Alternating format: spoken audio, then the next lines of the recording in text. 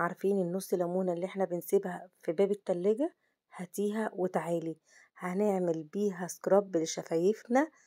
بصي هتبقى كريز ده بجد، يعني شوفي بقى ملمس الشفايف وشوفي شكلها هيبقى عامل ازاي، بالذات احنا في فصل الشتاء وناس كتير قوي شفايفها بتشقق وبتجف معاها، وفي بيبقى ناس عندها نقص فيتامين، وفي ناس ما بتشربش ميه كتير والشفايف بتبقى جافه معاها.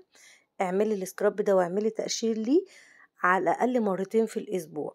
انا مش محتاجه منك غير نص الليمونه اللي احنا اتفقنا عليها في اول الفيديو، ومعانا معلقه بن ومعلقه من السكر.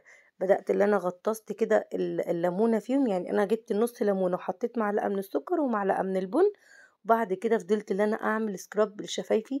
ما تطلعيش حوالين شفايفك عشان ما يعملكيش اسمرار، لا، على الشفايف نفسها.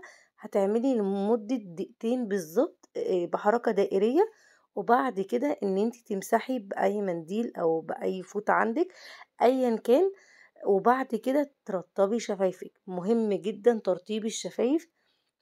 انا استخدمت هنا في الترطيب اللي هو سيرابي الشفايف، اللي هو الفازلين العلبة الحمراء الصغيرة دي. انا مش قادرة اقولكوا على جماله في ترطيب الشفايف. ملمس الشفايف نفسه اتغير تماما، بيعمل لك تقشير فظيع فظيع ده بجد، يعني مش هتستغني عنه. انتوا شايفين بنفسكم شكل الشفايف عمل ازاي. مفيش تشققات، مفيش جفاف في الشفايف.